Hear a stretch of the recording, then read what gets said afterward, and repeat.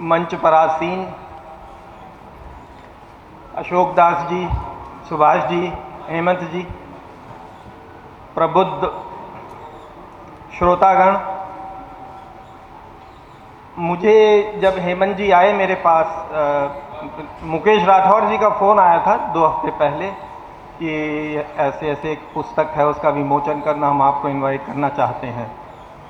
तो मैंने कहा कि, तो वो बोले कि मैं आपको बात करा देता हूँ, मैं कॉन्फ्रेंस कॉल पे ले लेता हूँ हेमंत जी को। मैंने कहा नहीं, आप आ जाओ, क्योंकि मुझे बड़ा अच्छा लगा कि हमारे समाज का, दलित समाज का कोई व्यक्ति कोई पुस्तक लिखा हो और वो भी एक अच्छे पद से सेवानिवृत्त हुआ हो, तो उसको तो ज़रूर ही देखना चाहिए, पढ़ना चाहिए। तो मैंने कहा आप आ जाओ।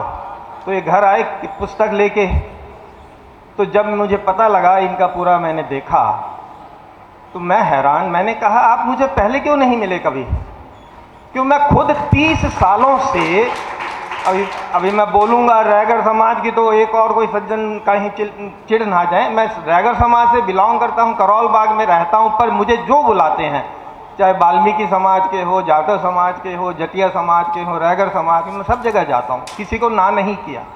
मैं कभी भेदभाव नहीं करता। मैं खुद चाहता हूँ, मैं सालों सालों से बोल रहा हूँ कि ये जातिवाद की बेड़ियां हैं जो हमको पीछे धकेल रही, हमको बांध रखा है, इसको तोड़ना जरूरी है। खैर, तो मैं इनको बोला कि मैं तो इतने वक्त से हर कार्यक्रम में जाता, कभी आपसे मुलाकात नहीं। फिर मैं दिल्ली सरकार में 3 बार लेबर कमिश्नर, सेक्रेटरी लेबर रह चुका हूँ, तो आपने कभी कांटेक्ट ही नहीं किया। मैं डेपुटेशन पे यहीं पे बुला लेता दिल्ली सरकार में, कहीं अच्छी हमारे लेबर डिपार्टमेंट में। तो बोले कि मैं बाहर ही रहा, फिर जब तक आपके बारे में पता लगा तब तक मैं सीनियर हो गया। तो मैंने कहा चलो कोई बात नहीं। तो पुस्तक मुझे दे गए। मैंने कहा पुस्तक पढ़ता हूँ। जब मैंने पुस्तक पढ़ना शुरू किया, जब इनका जो प्रारंभिक कथन जो मैंने पढ़ा सारा इनके बारे में, तो मेरी आंखें खुलती गई। मतलब एक इतना विचारशील व्यक्ति, इतना मतलब अपने जीवन में आसपास जो घटित हो रहा है, जो सामाजिक राजनीतिक घटनाएं हो रही हैं, उनको इतनी सटीकता से उसका विश्लेषण करने वाला, उनको इतनी गहराई से उसके ऊपर सोचने वाला, देखने वाला, सीधी सी बात है कि वो अंतर मन तक को कचोड़ जाती है, तभी ऐसा होता है, तभी ऐसा संभव हो सकता है। तो हैट्स ऑफ हेमंत जी, आपको बहुत बहुत साधुवाद। आपने बहुत अच्छा काम किया है। और ये जो लेखन आपने पिछले 20 वर्षों में, जो आपने एक एक शब्द जो है मायने रखता है। और किताब का नाम भी बहुत अच्छा रखा है, शब्द मोर्चा। हमने युद्ध मोर्चा सुना है, धर्म मोर्चा सुना है, पर शब्द मोर्चा, इसकी भी एक खासियत है, शब्द की भी। शब्द तो ऐसी जगह पहुंच के मार करता है जहां पे हथियार भी नहीं पहुंच सकता, धर्म भी नहीं पहुंच सकता। तो ये जो हमारा समाज जो है, दलित समाज या जो भी वंचित समाज है पूरे देश का, इसको अगर इसकी जो शोषण की बेड़ियों से मुक्त कराना है, तो उसका उपाय शब्द में ही है। बड़े से बड़े तानाशाह हुए हैं पूरे वर्ल्ड में, हथियारों के बल पर युद्ध मोर्चे पे उन्होंने फतह हासिल की, पर उनका पतन किस मोर्चे से हुआ? शब्द मोर्चे से ही हुआ। क्योंकि कोई विचारक आया, उसने शब्दों की ऐसी आग लगाई दिलों में कि सारी जनता उठ खड़ी हुई। आज पाश की कविता का बहुत अच्छा गायन हुआ। मैं इस कविता को अक्सर अपने कई उद्बोधनों में बता चुका हूँ कि सबसे खतरनाक होता है हमारे सपनों का मर जाना। सबसे खतरनाक, वाकई में सबसे खतरनाक होता है। जानवर भी सुबह उठता है, खाना खाता है, सो जाता है, खाने की तलाश में इधर उधर भटकता है, चला आता है। तो ऐसे में अगर इंसान, जिसको सभी, जो खास तौर पे हमारे हिंदू धर्म में तो ये कहा गया कि ये योनि तो 80 लाख योनियों के बाद मिलती है, आप ये करो वो करो, तो इससे आपको भवसागर पार करना है। अब वो भवसागर क्या है वो छोड़िए, उसके ऊपर अलग से प्रवचन देना पड़ेगा। पर पॉइंट ये है कि मानव जीवन जो है एक बहुत ही महंगा जीवन है, बहुत ही एक खास विशेष किस्म का जीवन है। और इसके लिए यदि हम जानवर की तरह जीने लगें तो इससे बड़ी त्रासदी कोई नहीं हो सकती। और दुर्भाग्य की बात है कि पूरे देश में, पूरे विश्व में जितने भी वंचित, दलित, पतित लोग हैं जिनको पतन के कगार पे फेंक दिया गया, दमन करके फेंक दिया गया है, वो सब के सब एक पशुवत जीवन जीने को अभिशप्त हैं। अब इसके कारण क्या है? कारण तो बहुत हैं। इसमें इन्होंने जो पुस्तक में जो इश्यूज उठाए हैं अपने लेखों में पिछले 20 साल के, जैसे ये जो भूमंडलीकरण है, ये इकोनॉमिक लिबरलाइजेशन जो हुआ, उदारवाद का चरण, श्रम कानूनों का दुरुपयोग, जाति व्यवस्था का दुरुपयोग, वर्ण व्यवस्था का दुरुपयोग, पता नहीं क्या क्या चीज़ें हैं। कारण बहुत हैं। अब मैं भूमंडलीकरण की ही बात ले लीजिए। जब से ग्लोबलाइजेशन हुआ, हमारे जो दलित और शूद्र समाज के लोग हैं, इनका धंधा पानी क्या था? इनके पुश्तैनी धंधे होते थे। पुश्तैनी धंधों के आधार पर ही इनका जीवन यापन चलता था, इनकी अर्थव्यवस्था टिकी थी। ग्लोबलाइजेशन के बाद मैकेनाइजेशन साथ स्टार्ट हुआ और उसके चलते ये हमारे पुश्तैनी धंधे धीरे धीरे खत्म होते गए हैं और सारा का सारा पूंजीवाद के भेंट चढ़ गया। मुझे याद है, मैं जब स्टेट बैंक ऑफ इंडिया में था, 1984 की बात है, शायद 83-84 की बात है। मेरे मित्र टीपी रवि, तेजपाल रवि भी पीछे बैठे हैं, ये मेरे साथी हैं। हमारे स्टेट बैंक में हम साथ ही ज्वाइन किए थे 1980 के बैच में। और समाज के प्रति इतने ज़्यादा ये पूरी तरह से इन्होंने समर्पण किया हुआ अपने आप को। और इन्होंने ही मुझे यहाँ पे पहली बार जब मैं आईएएस में आया था 1988 में, मेरा जब सिलेक्शन हुआ, मेरा टॉपर लिस्ट में नाम आया, तो मेरा अभिनंदन इन्होंने यहीं पे इसी अंबेडकर भवन में करवाया था और मुझे कुछ पुस्तकें दी थी। वो अभी भी मेरे पास संभाल के रखी हुई रवि जी पुस्तक जो आपने दी थी मुझे, कीर साहब की, और एक और पुस्तक दी थी ये हिंदू धर्म के ऊपर, वो भी मैंने पूरी पढ़ी थी और निशान लगा के रखे हुए हैं। खैर, तो मैं जो ये कह रहा था, जब मैं नारायणा एक मुझे सर्वे करने जाना था, स्टेट बैंक में रहते हुए प्लानिंग सेक्शन में था, तो नारायणा में एक मैं फैक्ट्री में गया, वो थी एपेक्स शूज़, वो मालिक उसका बनिया। मैं हैरान। तो ये ताइवान से उसके आ रहे थे, सोल वहीं पे मशीनों में बन रहा था, 1 घंटे के अंदर सैकड़ों जूते निकल रहे थे।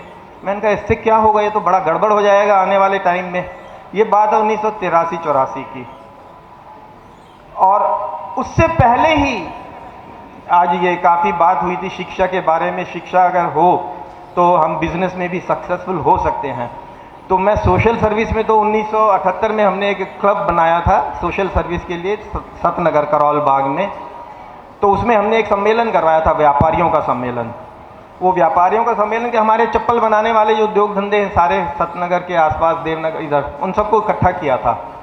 तो मैंने उनको यही कहा था कि पढ़ाई लिखाई करना बहुत ज़रूरी है आप लोगों को। तो उनका क्या जवाब था, क्या 300 रुपये की रुपल्ली की नौकरी करके क्या मिलेगा? तो मैंने उनको समझाया, देखो अभी आप जो चप्पलें बनाते हो उसकी कॉस्ट की लागत, कॉस्टिंग कौन करता है? जो होलसेलर जो आपसे माल लेता है, वो कैसे करता है? इतना लेदर आया, इसके अंदर इतने पेयर कटे, उसका लेदर की कॉस्ट ये है, उसको पेयर के नंबर से डिवाइड कर दिया, ये कॉस्ट आ गई। ऐसे ऐसे करके हर चीज़ की वो कॉस्टिंग करता है, एक एक चीज़ छोड़ता नहीं है कुछ भी, और कम से कम करने की कोशिश करता है। उसके बाद लेबर चार्ज भी नहीं लगाता, प्रॉफिट भी नहीं लगाता, लेबर लगाता, पर आपकी जो फैमिली है, आप खुद कर रहे हो, बच्चे भी घर में काम कर रहे हैं, वो नहीं जोड़ रहे, घर का किराया नहीं जोड़ रहे, बिजली पानी का खर्चा नहीं जोड़ रहे। सबसे बड़ी बात जो पूंजीवाद की सबसे बड़ी खासियत है, जिसने पूंजीवाद की आग जला के रखी हुई है, वो क्या है? पूंजी के ऊपर रिवार्ड। वो छोड़ देते हैं। अरे भाई पैसा मेरा लग रहा है, तू मुझे 10 दिन बाद पैसा देगा, उसका भी तो रिवार्ड हाथ। और फिर जो मैं रिस्क ले रहा हूँ, कल को कुछ गड़बड़ हो गई, कहीं एक लॉट पूरा तूने फेल कर दिया, ऐसे भी होते थे केस। तो ये जो छोटी छोटी चीज़ें हैं, हमारा ध्यान नहीं जाता। और इसी चक्कर में हमारे रोजगार, हमारे काम धंधे हमारे हाथों से निकल गए। तो इसमें दोष व्यवस्था का भी है, दोष हम लोगों का भी है कि हमने पढ़ाई के ऊपर, जब बाबा साहब ने कहा था कि शिक्षा जरूरी है और हमने तवज्जो नहीं दी। अब उसके बाद क्या हुआ, 1990 का दशक आया, लिबरलाइजेशन के बाद उसमें अब एक नई परंपरा चालू हो गई। वो क्या है कि हमको चीप लेबर चाहिए। एक लेख में इन्होंने, हेमंत जी ने इसका उल्लेख भी किया है, भाई पूंजी जब पंख लगा के एक देश से दूसरे देश में जा सकती है, एक महाद्वीप से दूसरे महाद्वीप में जा सकती है, तो लेबर क्यों नहीं जा सकती। अगर आपको याद हो, यहाँ पे प्रबुद्ध जन बैठे हैं, ग्लोबलाइजेशन के बेसिस में दो ही कारण थे, एक था पर्यावरण और दूसरा था labour, cost of labour. Developed countries के अंदर चूंकि सब पढ़ लिख गए थे लोग, उनको सस्ते में काम करने के लिए गवारा नहीं था, जो शारीरिक श्रम है वहाँ पे सस्ता नहीं था, इसीलिए उन्होंने फैक्ट्रीज उठा उठा के चाइना में भेजी। चाइना में सबसे सस्ती लेबर थी उस समय। अब आज भी वही चल रहा है, पूंजी तो हवा में उड़ती हुई चली जाती है कहीं पे भी, पर जितना भी ये तंत्र बनाया WTO का उरुग्वे राउंड के बाद, सारा का सारा इसमें कोशिश यही रही कि लेबर, ये जो इमिग्रेशन इश्यूज है, इनको बाहर रखा जाए। आज भी हर देश, जितना भी डेवलप्ड कंट्री, अमेरिका ने किया कि H1B वीजा के ऊपर कितनी रेस्ट्रिक्शंस लगा दी बाइडन ने आने के बाद, सब देश इसी कोशिश में रहा। इनको पढ़ा लिखा आदमी चाहिए जिसके ऊपर हमने करोड़ों रुपया खर्च किया, और वो तो सारे के सारे अपर कास्ट के लोग हैं जो जाते हैं वहाँ पे। तो ये इश्यूज बहुत हैं। और जैसे इन्होंने, दाताड़े जी ने लिखा है शुरुआत में अपने क्या प्रारंभ में एक बात इन्होंने लिखी है, ताकि मुद्दा तो बदले। भाई मुद्दा क्यों बदले, मुद्दे तो सारे वही हैं, शाश्वत मुद्दे हैं ये हमारे, रोटी कपड़ा और मकान।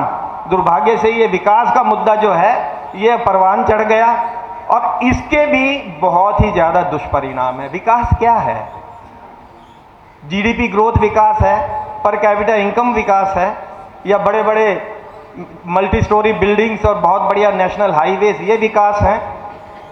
विकास की परिभाषा तो तय कर लीजिए। दुर्भाग्य से इसमें थोड़ा सा रोल मेरा भी है। मैं OSD था शीला दीक्षित जी का 1999-2000 में। दिल्ली के इलेक्शंस होने थे, तो मैं वैसे ही उनके घर गया, संडे के दिन मैं चला गया मिलने, 17 मथुरा रोड। तो उनके PA ने कहा नहीं आज तुम बिजी हैं, आज इनको जाना है, वो आज तक में इनकी सीधी बात है। वो कौन थे सीधी बात का, प्रभु चावला। तो मैं गया, मैंने कहा मैडम आप एक काम करना, आप ये कहना कि पहले की सरकार ने भी पूरा बजट खर्च किया, हमने भी पूरा बजट खर्च किया। पहले की सरकार ने जो खर्च कहाँ किया वो दिखाइए। हमने जो खर्च किया है इंद्रप्रस्थ का, ये 300 किलोवाट का गैस बेस्ड पावर प्लांट, सोने विहार का 700 MLD का वो वाटर ट्रीटमेंट प्लांट, 70 फ्लाईओवर्स के ऊपर काम चल रहा है, और मेट्रो ट्रेन पे काम चालू, और साथ में करीब 3000 बसेस हमने DTC में बेड़े में इंट्रोड्यूस की। तो और वो बोलने लगी कि मुझे बोलने ही नहीं देंगे। मैंने कहा आप बीच में डाल देना। तो उन्होंने यही किया। वो सीधी बात में उस दिन पूरा इलेक्शन का नैरेटिव, उससे पहले जितने भी इलेक्शंस हुए हैं, नैरेटिव हमेशा क्या होता था, रोटी कपड़ा और मकान। पहली बार इलेक्शंस के नैरेटिव में विकास आया। अब मैंने जो विकास की बात कही थी उसका फायदा हुआ था दिल्ली के लोगों को, पर आज की तारीख का जो विकास है जिसमें अरबपति खरबपति बन रहा है, और खरबपति के ऊपर क्या आएगा, नीलपति भी पता नहीं, मुझे नहीं समझ आ रहा। और दूसरी तरफ अरबों लोग 2 वक्त की रोटी के लिए मोहताज हुए जा रहे हैं। तो इनको रोटी का मोहताज बनाया इसीलिए गया है कि ताकि इनको ये पता नहीं लगे कि कारण क्या, ये क्यों भूखे हैं, नंगे हैं। और ये सारी की सारी व्यवस्था 1990 के दशक से, लिबरलाइजेशन के दौर से ये चालू हुई है। इसके ऊपर बहुत डिटेल में विस्तृत वो करना पड़ेगा। मैंने तो इसके ऊपर काफ़ी, इन्होंने जो आर्टिकल्स लिखे हैं उनसे आपको बहुत ज्ञान मिलेगा। तो मेरी एक ही गुजारिश है आप सबसे, आप सब पुस्तक को पढ़िए, पढ़िए और उसके बाद 10-20 लोगों को और पढ़ाइए, क्योंकि ये वो मुद्दे हैं, ज्वलंत मुद्दे हैं, जिनके ऊपर हमारी आने वाली पीढ़ियों का भविष्य टिका है। मैंने अपने भाषणों, मेरे ज़्यादा डिटेल्स में विचार मेरे भाषणों में लगे हुए हैं। यूट्यूब पे मेरे नरेंद्र कुमार IAS 1988 लगाएंगे तो मैं 2-3, एक मेरा भाषण है, मैंने Shri Ram college of commerce में दिया था 2016 में, सामाजिक समानता पे, 1 घंटे का है। और एक भाषण मैंने दमन में दिया था, मुझे चीफ गेस्ट बुलाया गया था, वहाँ पे प्रफुल्ल भाई पटेल जो अभी प्रशासक हैं, मोदी जी के बड़े विशेष रहे हैं, मंत्री भी रहे हैं मोदी जी के, गुजरात में जब वो चीफ मिनिस्टर थे तो उन्होंने अध्यक्षता की थी उसकी।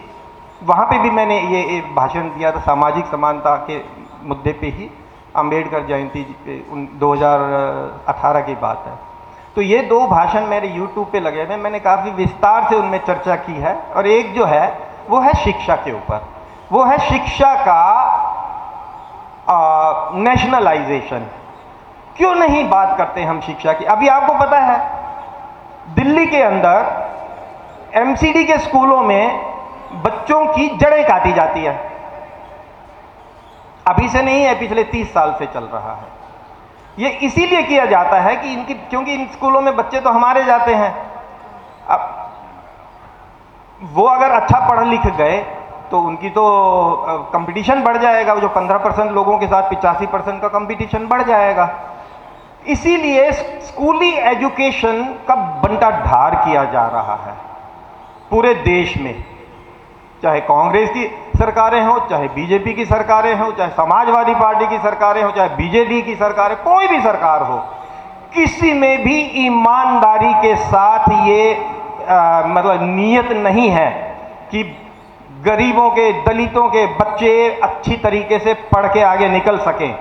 मुझे हैरानी होती है, अभी मैं मेरे घर में, नए घर में शिफ्ट किया तो मेरी लाइब्रेरी सेट कर रहा हूँ, तो फाइलें पुरानी, पेपर्स, तो एक अखबार की कटिंग मिल गई, अमिताभ कांत, सुना होगा नाम आपने, G20 के शेरपा हैं, पहले प्लानिंग कमीशन के CEO रहे हैं, हम ब्यूरोक्रेट रहे हैं हमारे ही जैसे।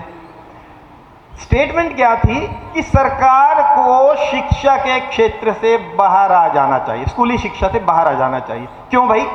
खुद तो पढ़ के आ गए और अब हमारे बच्चे आपके, मतलब बेसिक ऑब्जेक्टिव ये है कि मेजॉरिटी जो दलितों की, शूद्रों की, माइनॉरिटीज़ की है, ये सिर्फ और सिर्फ इस लायक रहें कि फैक्ट्री में काम कर लें और 40 साल की उम्र में, 50 साल की उम्र में जाएं ऊपर, या ये डिलीवरी बॉयज़ बन जाएं, जो ये ई-कॉमर्स है, जितने घर पे सप्लाई करने वो सप्लाई कर दें, इस टाइप के काम कर लें और जिंदा रहें, मरे नहीं, तुरंत ना मरे, 40-50 साल की उम्र में मरे तो कोई फर्क नहीं पड़ता है, तब तक नए पैदा हो जाएंगे।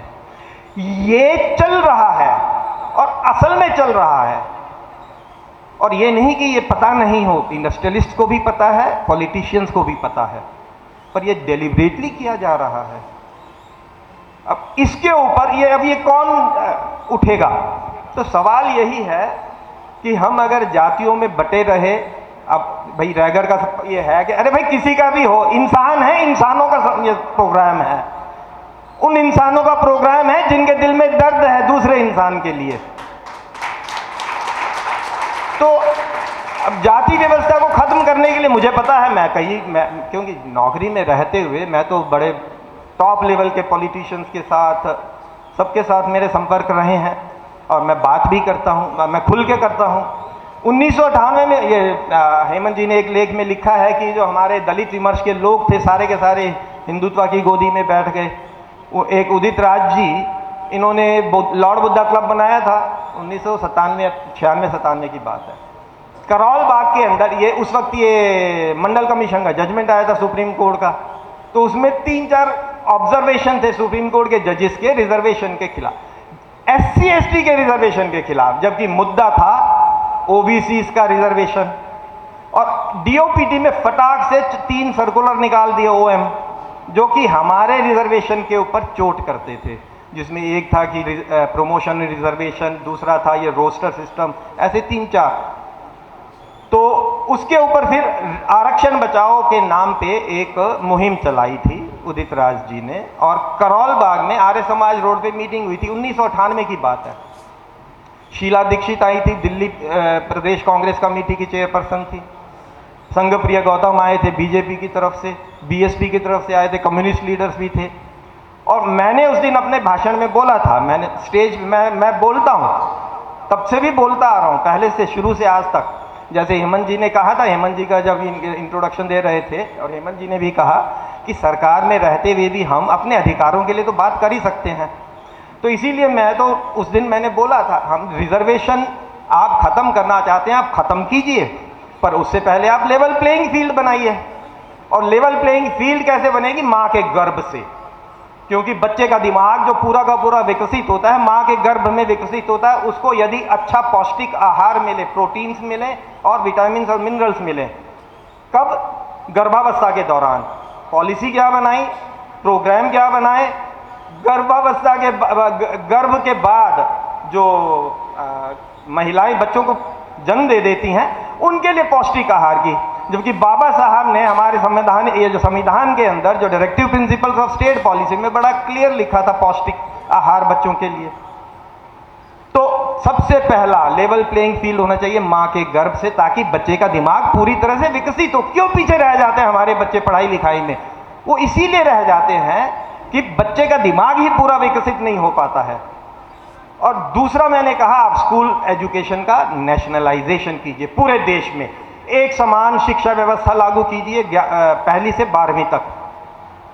और उसके पश्चात मैंने ये कहा था, आप जो रिजर्वेशन है, इसे ये हायर एजुकेशन है, उसको आप प्राइवेटाइज कीजिए विद सर्टेन कंडीशंस। वो क्या कंडीशंस थी? सबसे पहली कंडीशन ये थी कि जो SC ST बच्चे जो एक मिनिमम कट ऑफ के ऊपर आते हैं 12वीं के बाद, उनको आप फ्री एजुकेशन दीजिए, फ्री हायर एजुकेशन। और दूसरे जो बच्चे हैं उनको आप फ्री लोन दीजिए। और जो बाकी बच्चे जो हैं, जो अपना खर्चा उठा सकते हैं, लेट देम पे। अब आपको हैरानी होगी जान के, अभी मैं आचार्य नरेंद्र देव में मुझे उन्होंने चीफ गेस्ट इनवाइट किया था एनुअल फंक्शन पे, तो मैंने पूछा फीस कितनी है?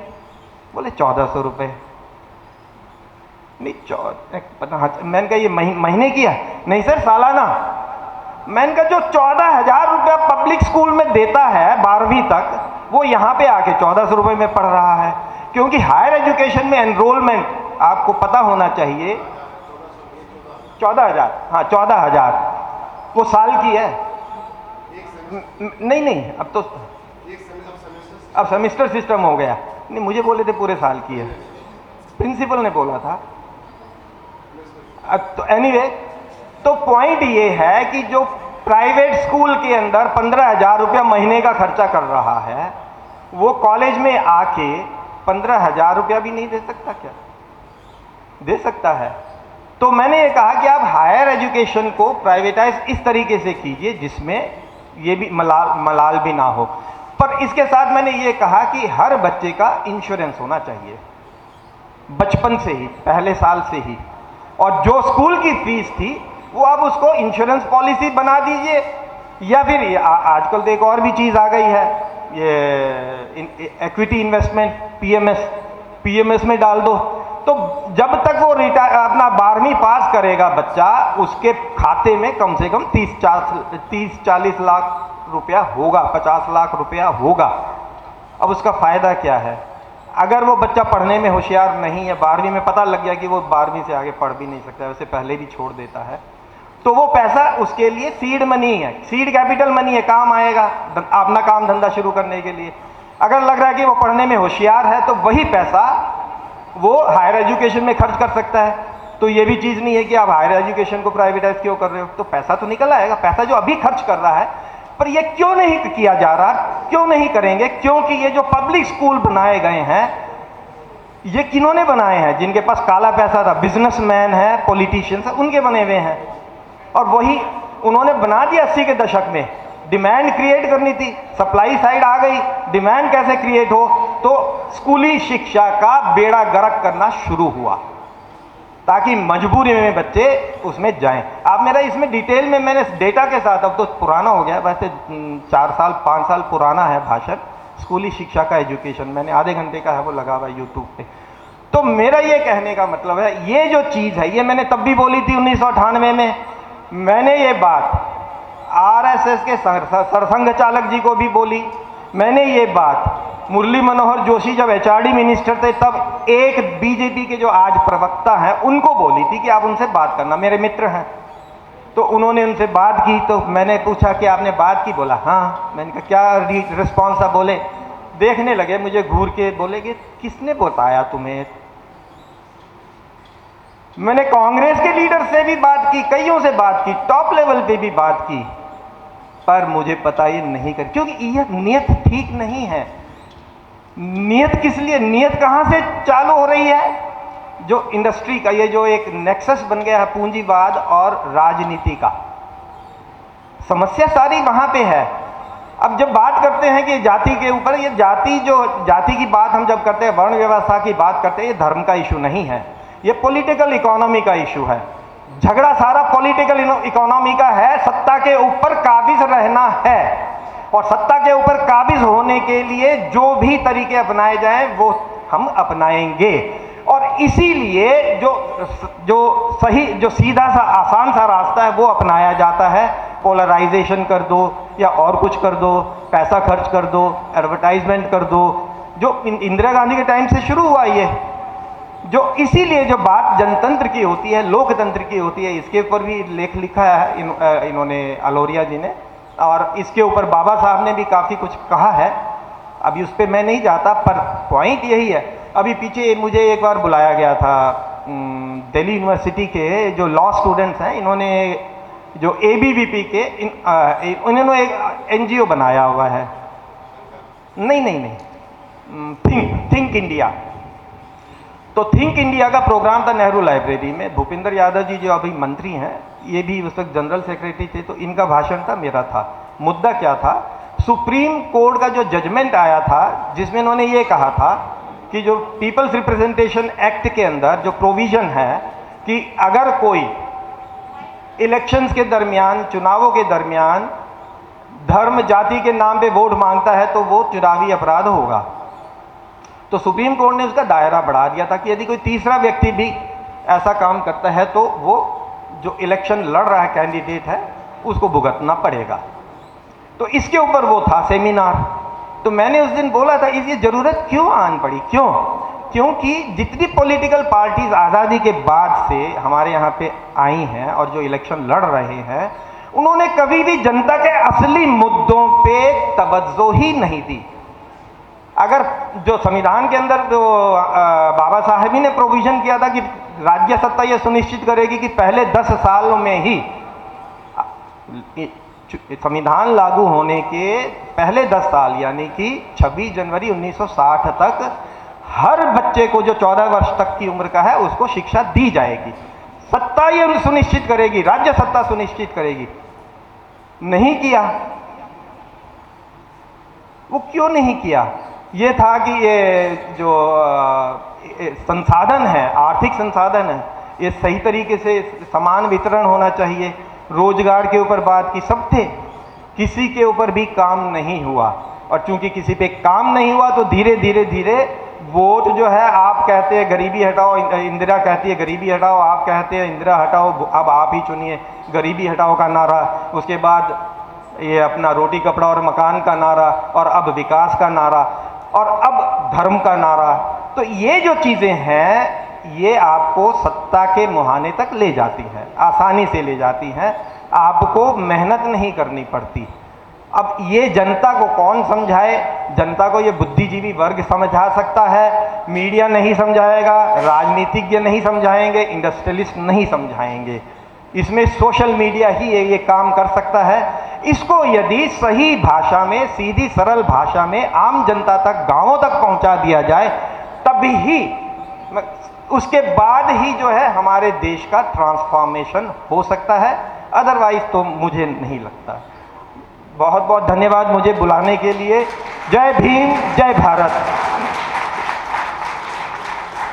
धन्यवाद सर, बहुत ही शानदार शब्दों में